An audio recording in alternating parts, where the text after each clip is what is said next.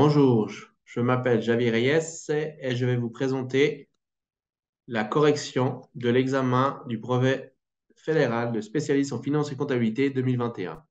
Pour vous tenir informé des nouveaux cours et exercices corrigés de Better Study, n'oubliez pas de vous abonner à la chaîne et de cliquer sur la cloche. La présentation se répartira en deux parties. Partie A, impôt direct. Partie B, impôt anticipé. Donc, dans le cas 1 de l'examen de la partie A des impôts directs, on vous demandait de confirmer les affirmations suivantes.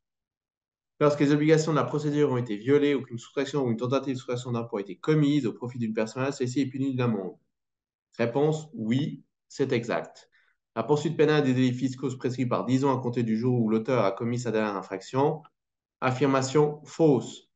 La prescription de droit de taxer court depuis la période fiscale. Entrée. Donc depuis la période fiscale N, donc plus 10 ans, donc prescription N plus 10. 3. Dans la procédure de réclamation, aucune suite n'est donnée au retrait de la réclamation s'il apparaît au vu des circonstances que la taxation était inexacte. Affirmation exacte. Cas 2. Le cas 2, c'est le cas d'une entreprise individuelle qui s'appelle Commerce de Boissons Ours Meunier, a été cédée à un tiers en date du 31 octobre 2020 pour le prix de 400 000. Après la vente, Ours Meunier, âgé de 50 ans, travaille sur appel quelques heures par mois en tant que salarié pour le compte du nouveau propriétaire. Si après, le bilan a été établi au moment de la vente. Donc, la raison individuelle a été vendue pour 400 000, on a des fonds propres positifs pour 110. Question. Jugez en quelques mots si la vente de la raison individuelle provoque des conséquences fiscales au produit meunier. En outre, dans la mesure où il en résulte des conséquences fiscales, un calcul détaillé doit être présenté. S'il s'ensuit au contraire aucune conséquence fiscale, cette solution doit être dûment motivée. Donc, conclusion. Nous sommes en présence d'une activité lucrative indépendante.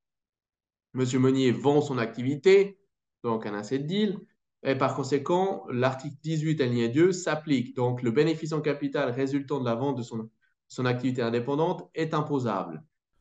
Vous vous préparez aux examens du brevet dans une autre école que Better Study. Vous avez besoin de consolider certaines notions à votre rythme et au moment qui vous convient le mieux. Demandez dès maintenant votre essai gratuit sur betterstudy.ch. Donc, le prix de vente était de 400 000, les fonds propres étaient de 110, donc nous réalisons un bénéfice imposable, bénéfice en capital imposable de 290 000. Question. Est-ce que Ours Meunier peut bénéficier d'un poursuivi premier degré selon l'article 37b? Non, étant donné qu'il a un âge inférieur à 55 ans. Donc, l'article 37b n'est pas applicable dans cette situation. Question 3. Dans quelle mesure cette vente, les conditions toujours remplies par M. Meunier, continue d'exercer après la vente d'activité gratuite salariée dans la raison individuelle qui a été vendue? Répondez par oui ou par non. Chaque année, des centaines d'apprenants nous font confiance.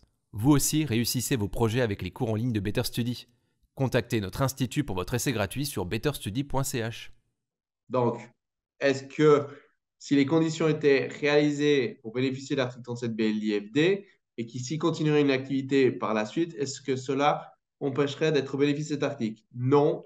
Selon la circulaire publiée par l'AFC, il est tout à fait possible d'exercer après la fin d'une activité une activité accessoire et mineure.